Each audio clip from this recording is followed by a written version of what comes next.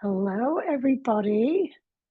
Just starting to see people jump into the webinar today. Welcome. Welcome. We are really glad to have you here. My name is Sinead. I'm part of the Offering Tree team here. I live in Calgary, Alberta. I'm a yoga teacher and I work for Offering Tree. So you might have seen me in the webinars before. And if you have, hello. We are very glad to have you here today. We've got Seran Glanfield. The Brits are taking over the establishment today, Seran, aren't we? We've got two English accents going back and forth here. Seran is going to guide us on the strategic steps to grow your revenue every year. So we're really excited to have Seran here with us. And as we get settled in, we'll do our usual, just let me see that the chat is working. Tell us where you are tuning in from and maybe who do you serve in your business or what your biggest problem is. If you've got a studio, how you're working through any problems that you've got, anything you want to drop in there. Basically, we want to hear from you and we'll have the chat going throughout the call. You can drop your questions there. Sarah, we'll have time for a Q&A at the end. And then our housekeeping, so the replay will come out as soon as we're done. We're going to have some discounts available for you throughout. And finally, if you're new to Offering Tree, as I said, my name is Sinead. Offering Tree is an online all-in-one platform from your website all the way through to your blog, your email marketing, everything you could possibly need to run a studio and your wellness business. We serve all kinds of wellness businesses. We also have a specific group just for our Offering Tree studios called the OT Co-op, where we offer business guidance and support to help you grow on your journey. So Offering Tree has everything you need and more for your studios, and we would love to see you in there. So I'm going to turn off my screen share, hand things over to Seran, take a quick look at the chat, stopping my share. Fantastic. Welcome, everybody. I am just going to share my screen now and we'll be on our way. Fantastic. Welcome in. Thank you so much for having me, Sinead. I really appreciate the introduction. Welcome in, everyone. It's so good to have you all here. And I've got a lot to cover. You will not need to watch this on 2x speed because I talk very quickly. So I hope you have a pen and paper. But I have a lot to share with you and I want to share it all with you today. And I want to share specifically with you some of the things that will really help you to grow your business, not just over the next week, 2 weeks, month, but year after year after year. Because for most folks in this industry, I know that as a past teacher myself, you probably have come into this wonderful world of movement and movement practice because you love movement. And you probably are looking to take your passion and expertise and knowledge and knowing what it's possible to achieve with a strong and good movement practice, whether that's Pilates or yoga or bar or dance cardio, and you want to share it with the world. And that's probably not something that you want to stop doing. If you are inspired to teach and inspired to share your love of movement with others, it's something that I think is just deep inherent inside of many of us.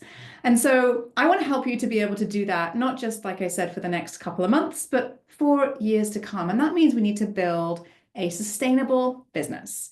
So if we've not met before, quick intro. I'm Seran Glanfield. I'm the founder of Spring 3 Studio Business Consulting. I'm also the host of the Pilates Business Podcast. If you're looking to listen in to some business tips when you're in your car or taking your dog for a walk, please do. It's full of lots of tips.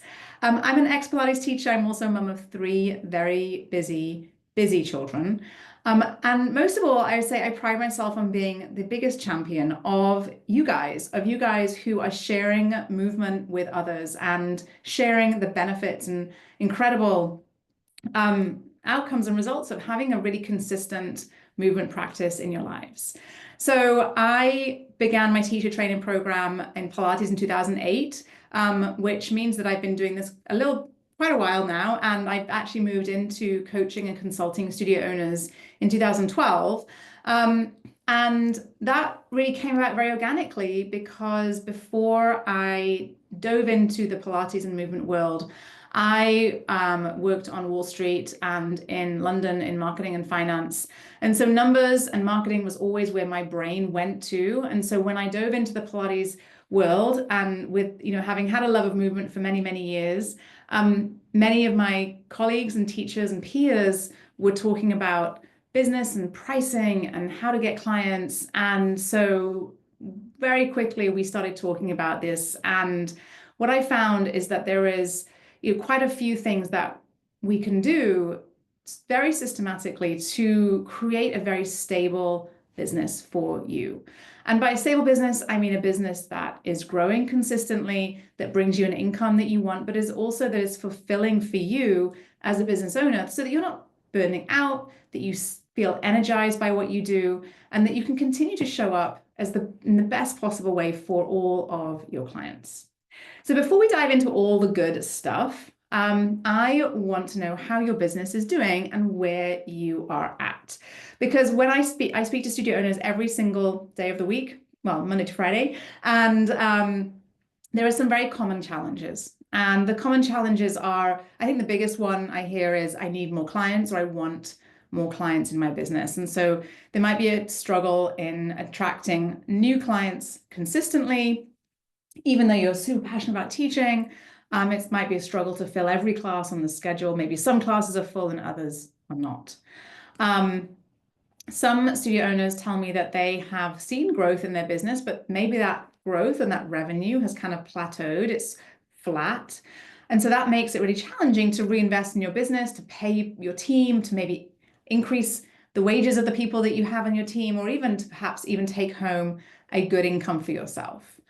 We often also see there is a bit of struggle on behind the scenes with so many hats to wear that operationally it's a lot of admin work for studio owners, right? And there's no doubt about it. There's lots of different hats that you're wearing, from teacher to marketer to manager to HR to sometimes even plumber and everything in between, right? There's a lot to it.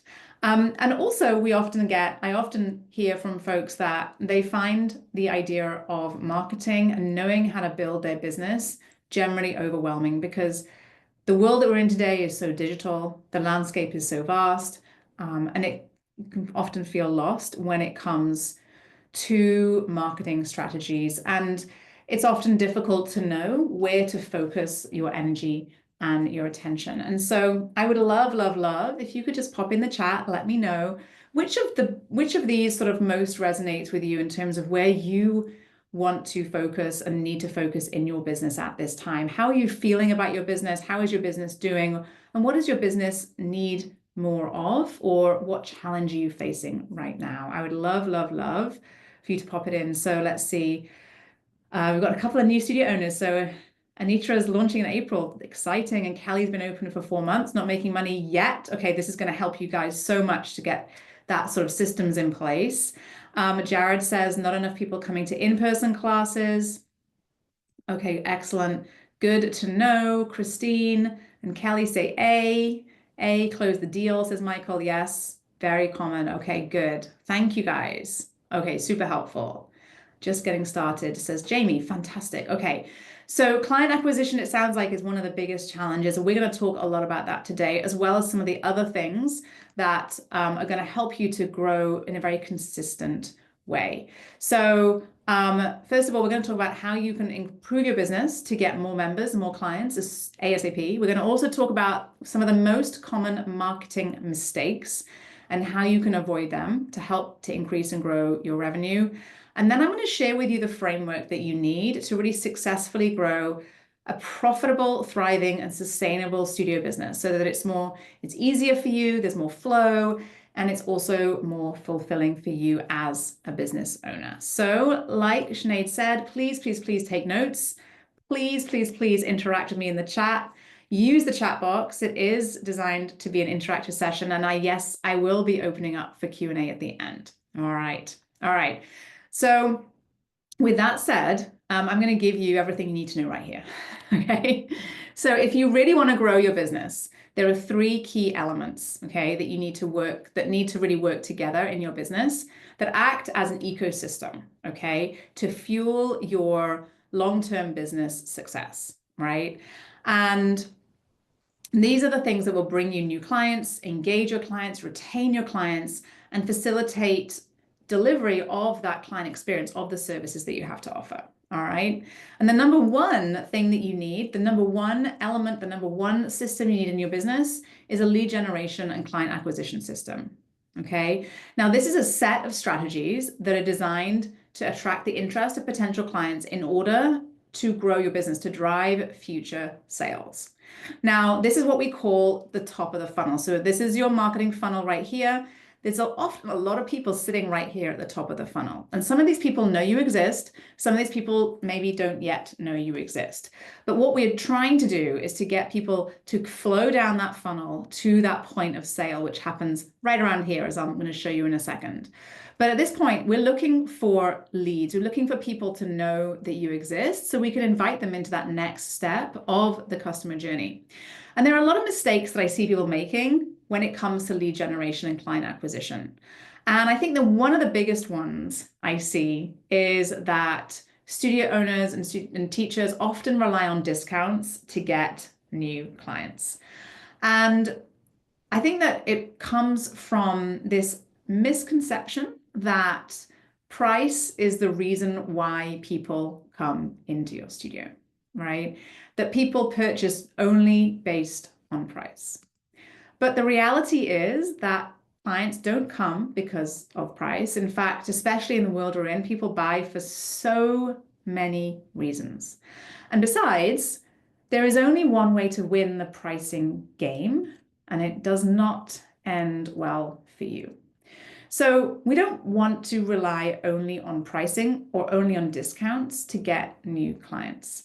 Now, the next mistake I see is folks using labels to describe what they do. So that means that they say, we are a Pilates studio, or we are a mind-body studio, or we are a yoga studio. And unfortunately, when we use these types of phrases to describe what happens in our studio, first of all, we're not really sharing what really happens in our studio, but also we're not distinguishing ourselves from others who do exactly the same thing and can label themselves in exactly the same way.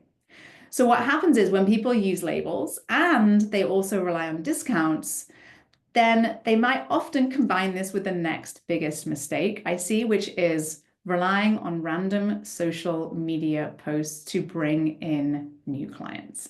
And this means that perhaps you're posting sporadically, using very generic language, and probably you're not getting a lot of inquiries, right? And what happens happens to the best of us, you post consistently for a little bit and then life gets busy. And then, it's been a month since your last post and you're trying to think about something really witty and cool and fun to say, and you can't because you're too busy teaching the people and doing the things. So I totally get it, right? But the reality is that social media is not a strategy for growing your business. It's actually a tool that facilitates you to share your marketing message. So we want to stop with the posting and we want to start truly marketing, okay? And what that means is we want to use brand messaging, clear brand messaging that showcases what you do that's unique to you, okay? And we want to share that in lots of different places, okay? So your social media posts are using your brand messaging and sharing that as part of a bigger strategy. So we're not just relying on those random posts and hoping that's going to bring us new clients. We're very strategic about the way that we're talking about our business. And we're also integrating calls to action that guide people forward to that next step along that customer journey, okay? So the words that we use, the stories that we tell, the content that you share will ultimately determine if the right people will sit up and take notice or not, right? And then guide them forward. So in order to stop spinning your wheels when it comes to marketing and see that real and predictable growth, you need to have a marketing strategy that is rooted in your brand, okay? You need to have a brand-centric marketing strategy. There is too much competition out there right now to rely on labels and random social media posts to get you where you need to get to. And marketing without a brand is a bit like driving without a GPS. Honestly, if you need to kind of have something there to guide you forward and for you to guide your clients forward as well, okay? So what is brand-centric marketing? Well, brand-centric marketing is about using a very clear and compelling message that stands out above all of the noise, that isn't generic, right? And helps people to understand why they should choose you over the other studios in your town. Because when your marketing is built on a brand, it does these very powerful things, okay? It helps to bring the right people into your business. It helps to create trust because people understand you and know what you're all about. And it helps to make people move from that just browsing to that I'm ready to book, I want to book now, and I'm going to book it in today, right? So when we start to lean into more of a brand-centric marketing strategy, we start to not need those discounts. We start to stop spinning our wheels, and we start to see how we can actually make our marketing work for us in a much more efficient way. Because the reality is that you just have a few seconds to capture someone's attention. So you have to stand out. We don't want to blend in. So once we have that, we also know that once we have that brand message, we want to also then make sure we're sharing it. So one of the next key elements to optimize your lead generation is not only to have that brand message. It's no good if we don't tell anyone about it, right? So we have to also be thinking about that visibility to increase brand awareness amongst that local community, the community around you, and making sure people know, A, that you exist, and B, what it is that you do that can really help them, okay? And that means that we want to maximize visibility. We want to make sure you're getting seen, okay? Now, there's lots and lots and lots of ways to get seen in your business. And I'm going to give you, instead of taking you through all of those checklists today, I'm going to give you access to this checklist, which you can grab. So take a quick screenshot of that QR code. I'm going to leave it right there for you. And this will give you a long list of lots of different places that you can place your brand message for maximum impact. So one of the things that happens when we say that we struggle with getting new clients, when I do an audit for a studio on their marketing efforts, what I often find is that they're very internal facing with all of their marketing, and they're not actually reaching any new people. And so we need to make sure your marketing is actually going beyond the four walls of your studio, beyond the people who already know you exist, and you are introducing yourself to people who don't yet know that you exist. And you are constantly, or not constantly, but I should say consistently, in front of new people. You want to increase that awareness. So this is the checklist that's going to give you that sort of 360 view of your business where you can place your brand message and get perhaps some inspiration for where you can showcase what you do. So unfortunately, once we have that brand message and we have our visibility down, that's not all there is to it, because we actually need to get people to buy from you next, right? So if lead generation strategies and acquisition strategies bring people into your business, right, then we want to encourage people to stay in our business. And in order for that, we need to be focused on retention strategies that maximize conversions, visits, and lifetime spend, okay? And I want to talk a little bit about retention because this is absolutely my favorite topic, okay? So I see retention as the biggest revenue opportunity that exists in your business. Many, many, many teachers and studio owners are very focused on attracting new clients, and sometimes forget about the ones they already have and how they can continue to engage those people. And if we're not consistent about engaging our existing client base, what happens is they tend to come more sporadically. They may not come as consistently to classes. They may not come as consistently to their one-on-one sessions. And they may not come back perhaps after taking a vacation, right? And so the reality is that if you don't have a retention system in place, so a process for engaging people or re-engaging people who fall off the schedule, then you'll find that you're probably leaving potentially thousands of dollars on the table every single month. And what I've seen from working with studio owners is that small improvements in retention can really lead to growth long-term in consistent revenue growth, okay? And the reason being is that retention has a compounding effect. So it's not just about keeping one client, it's also about the ripple effect it creates over time, because every client that stays longer spends more, but also refers more people to you more likely, strengthens your community inside of your studio, right? And also perhaps may add on additional services over time, depending on what you have to offer in your studio. So we care tremendously about retention when it comes to building and growing a business that is sustainable from a revenue perspective.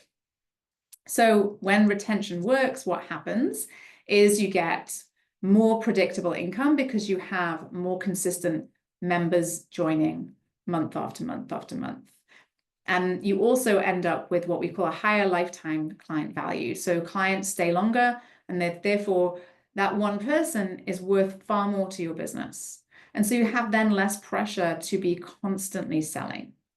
But you also, and I think one of the most powerful things, especially if you are a teacher, perhaps many of you are, that you end up with a really deep, strong relationship with your clients, right? So you end up in a place where they trust you, you trust them, and you get more referrals, and you have a better relationship overall, which is often far more fulfilling to you as a teacher or a studio owner.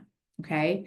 So I always like to remind everyone that when they're thinking about how can I grow my business, there is already revenue out there. It's just waiting for you to claim it, okay? Because what happens when you don't have strong retention systems, it's kind of like a bucket with a hole in the bottom, right? No matter how many more, much water you pour in, you're losing it out the bottom of the bucket, right? So how many more clients you put in the top of the funnel, if you're losing them, then you're going to find that you don't grow. So we end up with low lifetime spend, inactive client base that isn't really engaged, and then we see that very low revenue growth. All right. But what happens when you and that means that essentially you have what I call revenue problems. So retention problems means revenue problems. All right. So we want to make sure that we're thoughtful about not just client acquisition and thinking about your brand message and looking at visibility, but we're also thinking about, okay, what systems can I put in place to make sure that I am retaining as many and converting as many of those clients as possible. So if you're not sure if you've got a retention problem or not, all right, I'm going to give you, these are sort of the red flags I see that sort of tell me as a business consultant and coach, this is something that a studio owner needs to work on. Number one is when we look at an introductory offer and a conversion into a long-term offer, like a package or a membership, there isn't a high conversion there, right? A lot of my studio owners that work one-on-one with their clients see a conversion of above 80%. Often when we have people who come to me and they haven't done any work on this, it can be significantly lower, which obviously is impacting your revenue growth. It's also a bit of a problem, which I think is a bit of a contrary to what might be popular belief, is that if you have a high number of people buying drop-in sessions, although they might be spending more per session in your business, it actually is not supportive of long-term revenue. You get a lot of churn in your business in that way. And that tells me that there's some mismatch between, possibly the pricing, your introductory offer, your marketing, your messaging that needs to probably be refined. Or what we often see, and I think this is the simplest fix, which is that people fall off the schedule and maybe you don't have any way or any plan or process in place to reach back out and pull those people back in and invite them back in. And I know that this is something that we talk about a lot inside of my Thrive program, where it's sort of like, how do I do that? And what do I say? And am I being pushy? And is it too much? And so there are ways to do it that doesn't make you feel like you're being pushy or salesy. And I think that there is always a way that we can find to engage and re-engage people who perhaps have fallen off the schedule. So if any of these sound familiar to you, then this could be why you're seeing a bit of a revenue plateau. Because the reality is that, loyal clients aren't just a lucky accident.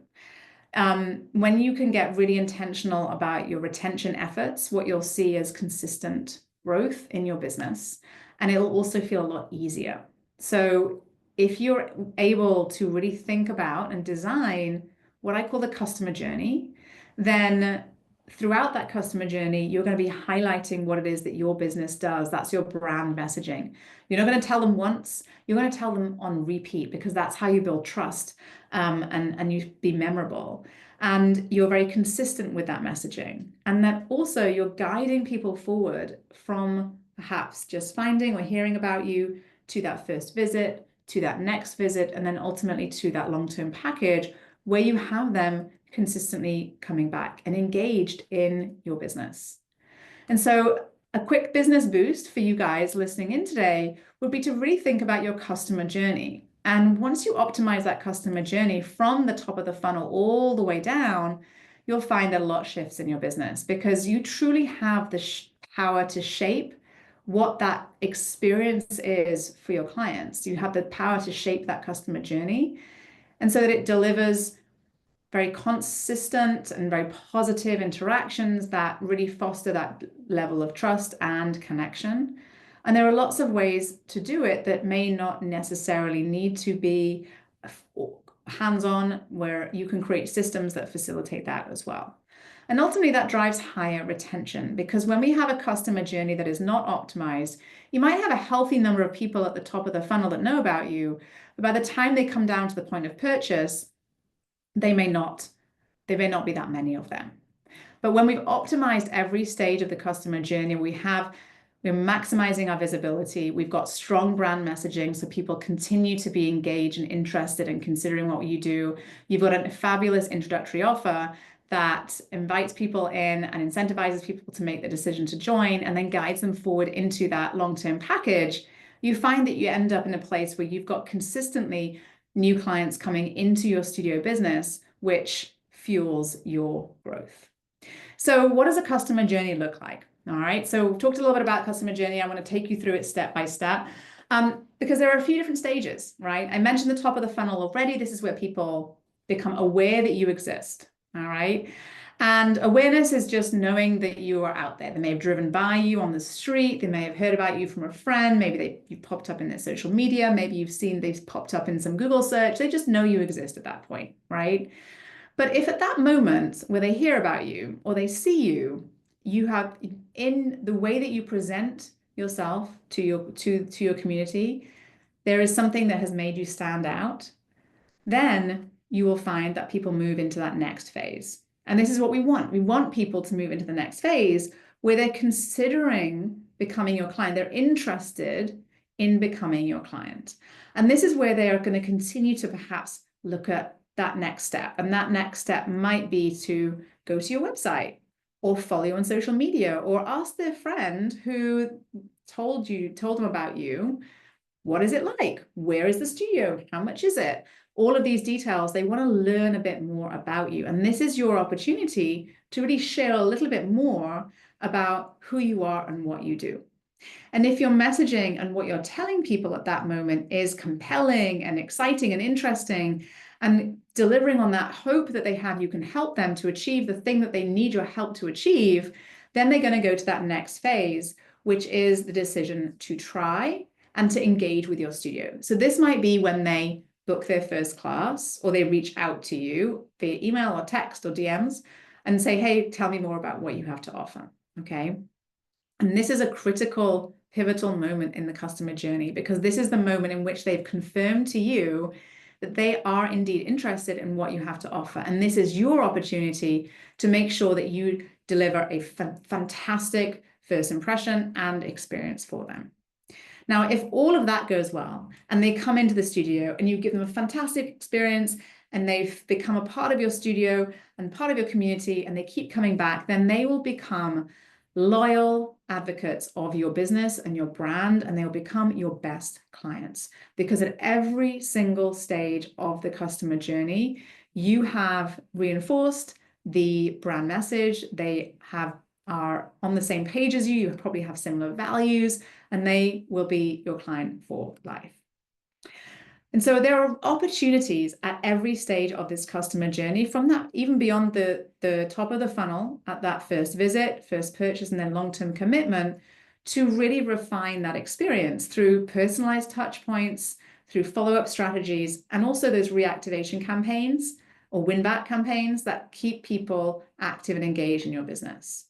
And so at the top of the funnel, we've focused a lot on that brand messaging and helping you to stand out.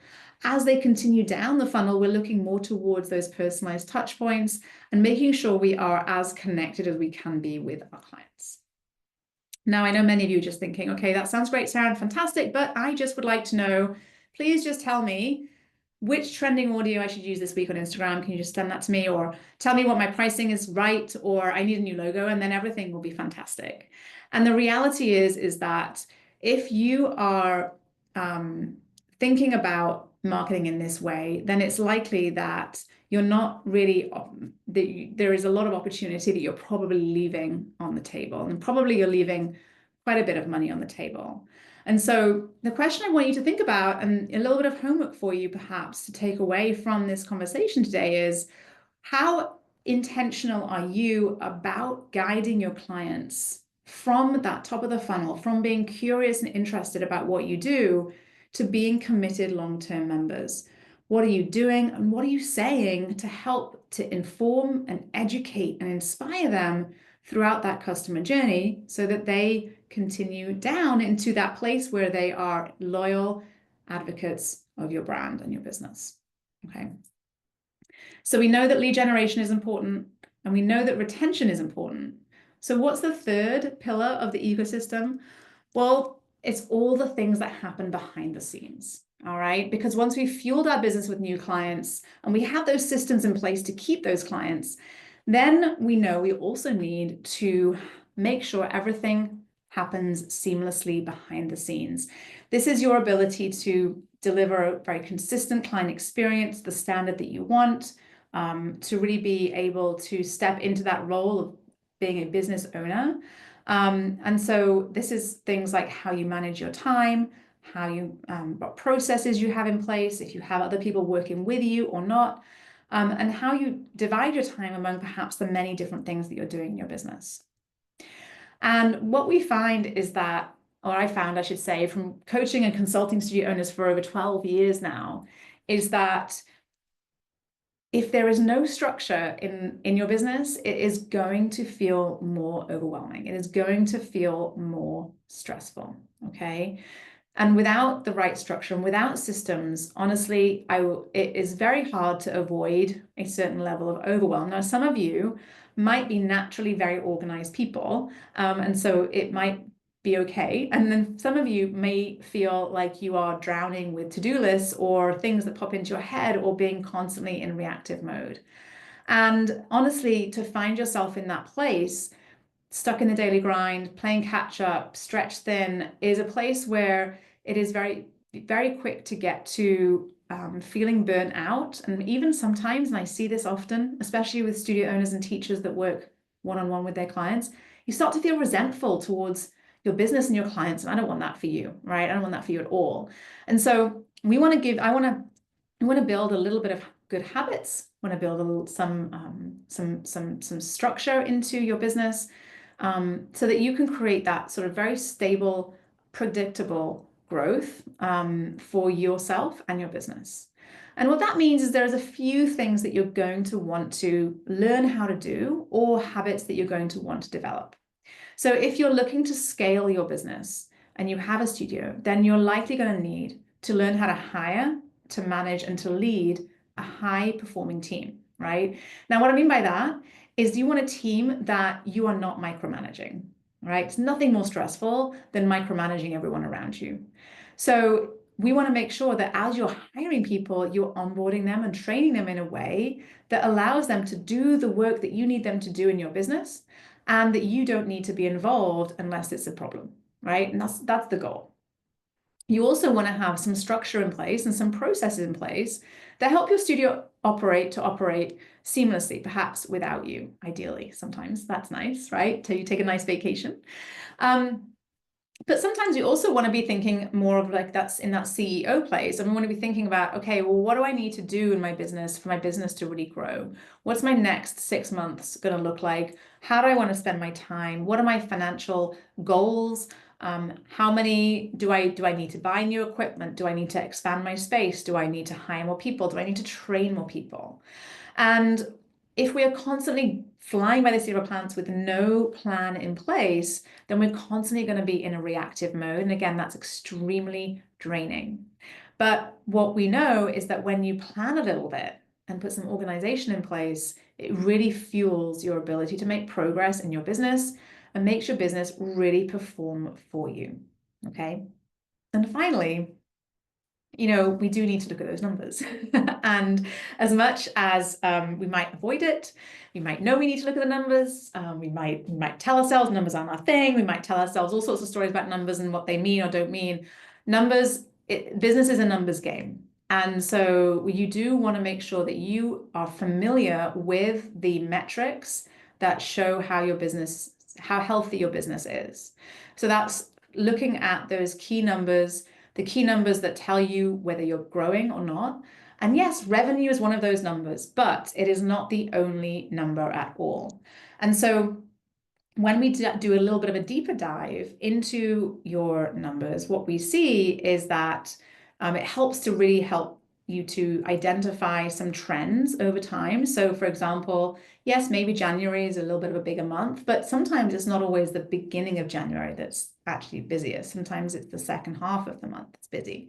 And I always say as we head into March, this is always a time we start to see that a little bit of a dip in revenue. We've always, January and February are really strong. Often March is a little tiny bit slower because guess what? What do our clients do? Guess what families do in March? If you've got school-age children, there's spring break. That will impact your business because your client's behavior is going to change. And so what happens when you start to track those numbers is when you see that happen in March, you're no longer freaking out because numbers are down, right? And you're wondering why. You have a reason. And that creates confidence in yourself and your business because you're not worried that something is going wrong, okay? On top of that, you also know what is driving growth. When you can look at your numbers and say, okay, I did this promotion or I did this collaboration in June, and look, I saw an increase in new clients in July, and they all came in as a result of that collaboration, then that is giving you feedback that your marketing activities and your marketing efforts are actually supporting your growth. It's really powerful. Likewise, it might show that there was no impact on your business, which is also feedback. But either way, we're not relying on a gut or intuition or a feeling. We actually have hard, solid data to back us up. And when you have some trends and when you know what drives growth, what that allows you to then do is to predict and project what your growth will look like. So if you start every year and you're like, oh, I think I'm going to make the same thing as last year, right? And you're not sure how many clients that means in your business or how many teachers you need for that, then there's not a lot of control over what you're doing in your business to reach that outcome. When you can make real projections in your business because you understand that what levers you need to pull to make your business grow, what your needs are and resources and tools are, then you can really make a plan, right? And so knowing your numbers is a critical CEO skill. And it's one of the things that we do inside of my business coaching program, Thrive. Each and every month, we work on putting together those KPIs. And I always recommend that even though you have reports inside of your lovely booking software, that you perhaps take them out and put them in a standalone spreadsheet or a dashboard elsewhere so that you can really play with those numbers and see what is driving them. So one of the things I always recommend for you all, any business owner, it doesn't matter what size of business, whether you are just starting out or whether you've been in business for a while, is that you set yourself a CEO date every single month. And in that CEO date, you prioritize your business activities, you set goals, and you set boundaries even for perhaps maybe times you don't want to work and don't want to teach. You celebrate what you've accomplished, but you also look at your numbers. And it doesn't have to be hours. It can just be a quick 30 minutes. Check in on, okay, am I on track to do what I need to do this month? Am I focused on my priorities? Am I sticking to my boundaries for how I want my business to treat me as its business owner? And let me think for a minute about everything I've accomplished in this last month. It's really powerful 30 minutes that really will help you to stay focused and grow. So I've shared with you quite a lot today, and here's the whole of the 3 kind of core elements that work together in your business as an ecosystem, okay? And what we find is that when one of these is broken, it often hinders your growth. And so when you have lead generation and retention and your systems and operations are all well designed and well refined, business gets easier and you'll see a bit more growth, truly. But what happens often is that perhaps it's sort of a bit like a three-legged stool. Often I find people are really good at two of the three. So maybe I'd say, for example, my one-on-one Pilates teacher studio owners, or the home studio owners who teach one-on-one are fantastic at retention because they've got really deep relationships with their clients, and they often tend to be pretty organized. But they have a very hard time with lead generation and client acquisition. And so if that's you, then this is where you want to focus on upskilling, and improving what you're already doing to get your business more visibility and perhaps improving your brand messaging. For class-based businesses, what I often see is that they perhaps work a lot on getting new clients into their business. They might be very active in digital marketing, and they may have a nice processes and systems behind the scenes, and a studio manager and a front desk team that makes really everything kind of work well, but they often struggle with retention. In fact, this is really common to see that larger class-based businesses, especially businesses like perhaps spin studios that have got 20 to 30 bikes in a room, or bar classes that have 20 to 30 people in a room, or yoga, that actually retention is where there is perhaps that weakest link, right?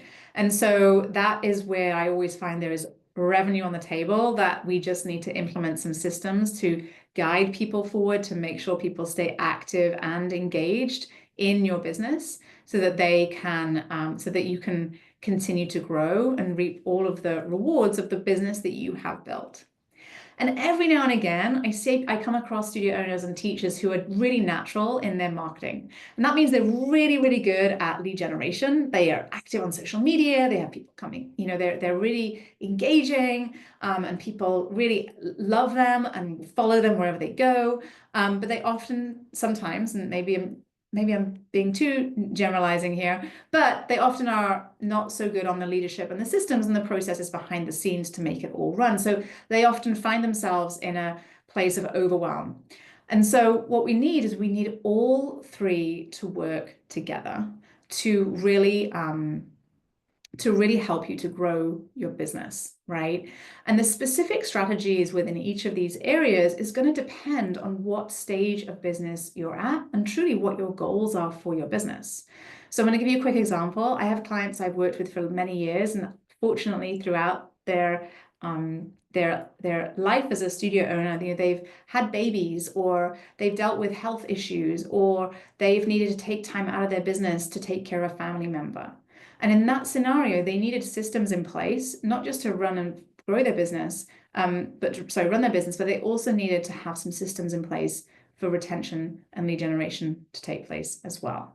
And so you want to make sure that you are focused on all three of these, so that you're not leaving any gaps on the table, right? And because any gaps in your business means that you're likely missing out on revenue, right? Like a leaky pipe, right? Every drop is money flowing out, and sometimes we don't even realize it. So the reality is that if you're not seeing the growth that you want, honestly, it's not because you haven't got enough followers, or the competition, or what you do is too expensive.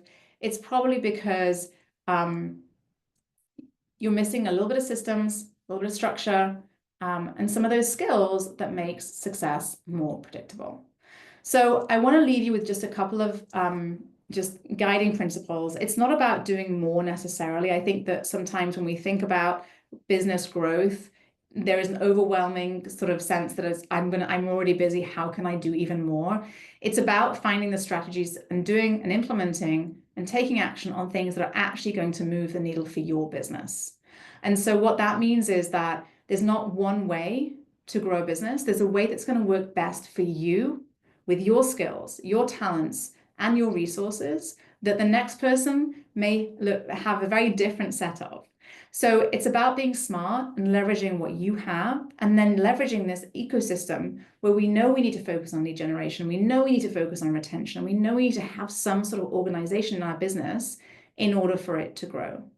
And this doesn't happen overnight. This is a step-by-step. Successful businesses are really built in that step by step by step. They're not built overnight. They're built strategy by strategy by strategy, layer by layer, and system by system. And what happens is that if you kind of rotate through those three pillars and you find one thing in each pillar, maybe once a month, that you can do to perhaps refine it or to action an item and within those three pillars, you'll find that your business, you improve the performance of your business and you make progress towards your goals. Okay. So I am going to take a pause right there. I'm going to share, if you want to connect with me online, this is the best place. I'm pretty active on Instagram. But I would absolutely love to get some questions because I know, as I said, I speak very quickly and I threw a lot at you, and I'm more than happy to dive into some details if you would like. So please pop it in the chat. This was awesome. Thank you, Seran.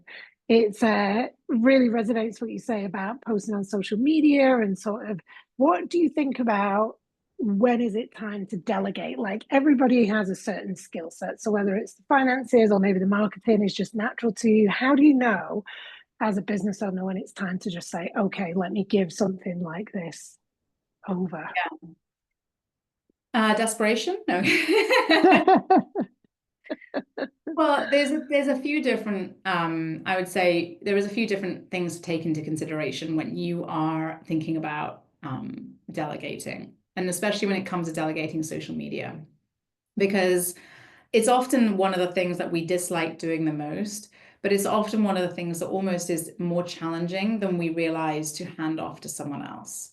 And the reason why I say that and give you a little bit of context is that if you're a business owner and a studio owner and a teacher, and you have this depth of knowledge and expertise about the way the body moves or the way to teach something, and when you craft your own social media captions, it's going to capture the essence of your brand and your knowledge and your expertise.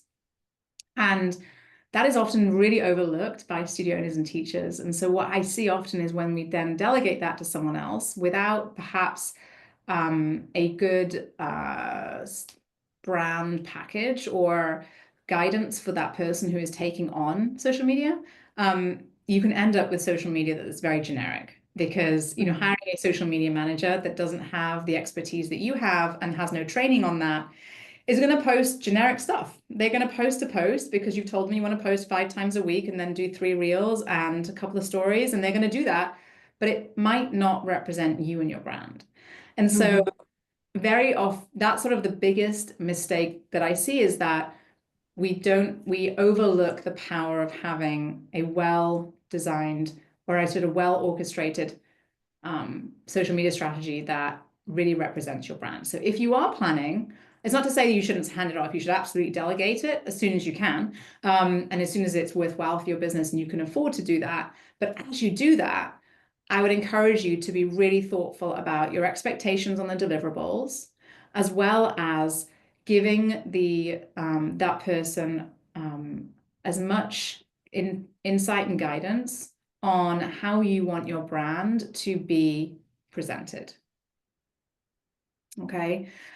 Because that is one of the things that, you know, I see people spend a lot of money on social media managers and then get very frustrated and then take it all back and then say, because of that failed experience, then they decide never to delegate again, and then they never get to social media because they're already busy doing too many other things. And so let's set yourself up for success, you know, prepare in advance, have a brand document or brand guidelines in place that share about your business, the things you want people to know about your business, the things that you want them to talk about on social media, perhaps calls to action. You also want to include in there, you know, a paragraph that describes your brand tone, and perhaps even some no-nos that you don't want to include in your social media as well.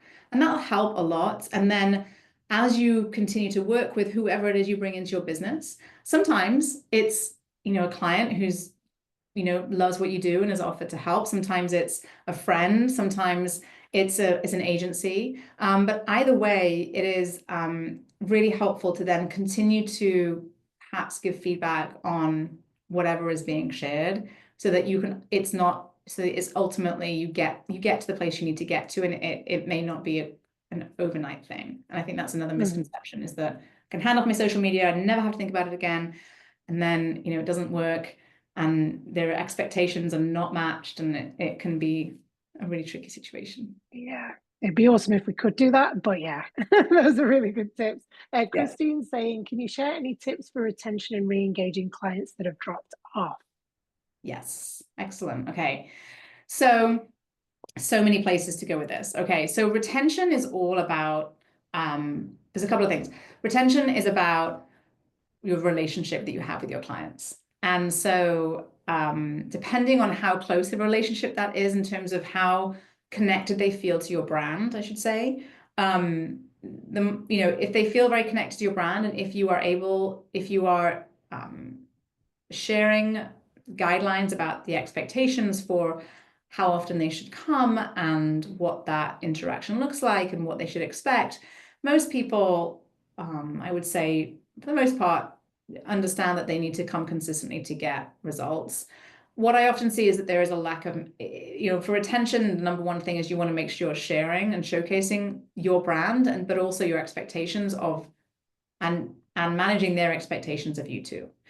And so that's usually the first thing. And that starts very early in the customer journey, actually. So setting those expectations, like I said, happens in that very first email that you send to your clients. And then over the course of their first few sessions, and then the next sessions and the next package, you want to make sure that you're being really intentional about what you're saying about your business and the expectation you have of your clients as well. And then when it comes to perhaps clients who fall off the schedule, there's a few things that we can do. First of all, we want to make sure that we're really aware of where our clients are at in their journey with you. And so you have a system for tracking people who perhaps haven't been in a while. So depending on your booking software and if it's offering tree, you can find out when that last visit was. You can keep track of your clients in terms of who's a new client, who's a long-term client. And that is helpful because you do want to make sure you're reaching out to people who haven't visited in a while. And when I say a while, it depends on your clients and what you do. Some of you work with your clients once a week. Some of you work with your clients once a month. Some of you work with your clients 3 times a week, depending on what you do in your business. So once you kind of find yourself in a place where you're realizing that maybe someone hasn't booked their next class, or you're thinking that time period is maybe 2 weeks or 3 weeks, that's a great opportunity to check in with them. And when I say check in with them, it's not saying, okay, come back in, I'm going to give you a free class if you come back in. That's not what I would start with. I would start with hey, we saw you haven't booked your class, we haven't been seeing you in the studio for a while. We would love to get you into this class on this date with your favorite teacher. Let's just get you back on the schedule and get you back on track, right? And we have to recognize that in the relationship that we have with our clients, there are kind of we have kind of 2 hats that we wear for them. One is you're an expert in delivering the service that you deliver. So if that's Pilates or yoga or bar or personal training or whatever it might be, that is the expertise you're delivering. But you're also there to help them to stay consistent in their movement practice. Because what they are looking for, what many folks, not everybody needs this, but many folks need that. And the reason why they come to you is because they're looking for that level of accountability. They're looking for someone to recognize they haven't showed up. They're looking for someone to give them hey, you coming back or not? Like, what's going on? And they're looking for someone to say, hey, let's book you in next week because I don't see you on the schedule. And so when we think about our role in that way, there's a lot that we can do to make sure that people stay active in our business. So we want to make sure that clients are booked always for their next session, right? And if people don't book for the next session, that we have a system in place to catch them before they become sort of like too distant and too sort of cold of a lead. And then there's a lot of other things you can do, depending again on your business and the size of your business and what you offer. But I'm a big fan of events and activities in the studio that bring people together and build that sense of community so that they're not just having a relationship with your brand, but they see your studio as a place they come for that sense of belonging and that sense of community as well. So there's a lot in that retention bucket that you can do for sure. Yeah, that's great. That's cool. Christine, let us know if you have any other questions. And thank you so much for this, Seran. It's so informative. There's so many takeaways. Really, really good information to share there. You're And Kelly saying, I just started events this past month and it helped. yeah. Cool. That's good to hear, Kelly. So fun. I have to say, if there's anything, if you have, it really helps to create buzz in the studio. It gives you something to talk about with your clients. It gives you something to talk about with people outside of your studio as well. It really is like, it's a great thing to be able to do in your business. And it doesn't have to be big. It can be like a quick workshop, or it can be even just more of a social event. There's so many, you can get super creative and it can be very fun for you and your clients. Oh, Anitra's got an interesting question. For an online wellness studio in a specific niche, I've heard so many different suggestions for the best way to attract clients and slash students as we launch. Do you suggest a particular method above others? Great question. Well, I'd love to know what you are considering at the moment. Oh gosh, so I've been fortunate enough to work with one of the biggest online platforms when it comes to movement, and you have to be active on social, and you have to be good at it. So so yes, you absolutely need to, if because I do have people who come to me and say, I want to have an online business, but I don't want to be on social media. And it is, you just don't get the reach you need, because when we think about any business, like I said, it's a numbers game. And the conversion that we look at, when we look at conversion from people who follow, it's the same thing in an online business to a brick and mortar. You've got the funnel, but the problem with being an online business, not problem, but the difficulty makes it more challenging, and why you need to be even better at marketing is because the conversion rates online are much lower. So when you've got someone in your studio, you will tell, I mean, you guys give me a thumbs up in the chat if you agree, but you're going to agree with me probably when I say that I get them into my studio and then it's good. And then it's not, I don't have to like chase people. They stay, they love it. And it's all, I just need to get people into my studio, and then we're kind of on our way. The challenge we have with an online business is because it's not so personal, because they're not seeing your face, they're not in the studio, it's a lot more removed. And so our marketing has to be a lot more powerful and a lot more effective, but it also just, that means there's going to need to be a lot more of it, because at every stage of that customer journey, we see a lower conversion number. And so we're tracking more data with an online business. We're looking at, because we can really track our reach and impressions and our conversion numbers and all of those things. And so you certainly want to make sure that you are you're really dialed into a lot of what that data is telling you, because depending on your niche, I'm not sure what your niche is, you might find that some platforms and some messaging works better than others. And so you don't want to keep promoting something in a way that is not helping your business. So yes, you definitely want to be active on social. And then, if you're really serious about building an online business, I would say you certainly want to, get educated on how to do some advertising, some digital advertising on Meta, on TikTok, or across wherever it is you feel like your platform where your clients are. Yeah, and that kind of ties into what Bethany said about which platform is more successful. I would say it's knowing where your clients hang out, isn't it? That's Yeah, absolutely. And there is generic like platform, like many people are active on Facebook, many people are active on Instagram, many people are active on TikTok. I'd say those are the three that, again, it sort of depends on your clients. And so, but I will say it's also it's all dependent upon where you feel comfortable too. And they often overlap. And so, if you don't have TikTok on your phone and you don't know how to use it, then, and you're doing all your social media, then, it may or may not pay you to get familiar with that, or it might be worthwhile finding someone else to do that for you. But there are certainly some, I would say there are definitely some platforms which probably are not where you'll find the average consumer of fitness hanging out looking for fitness. And so LinkedIn is more B2B. It's not typically where we go to find a personal trainer or a Pilates teacher unless we're looking to hire them. And so just be mindful of that and be where your clients are. And again, you want to track the numbers and track the data, because if I'm wrong and you're on LinkedIn, you're getting tons of clients, then stay there. That's awesome. Well, thanks. I want to be respectful of your time, Sarah, and you've given us so much information today. And thank you to everyone for being here live. It's great to see you all. I hope this was helpful. Replays coming out with all of the links that we shared here. And once again, thank you, Sarah, and thank you so much. Thank you for having me. I really appreciate it. It's good to see you all.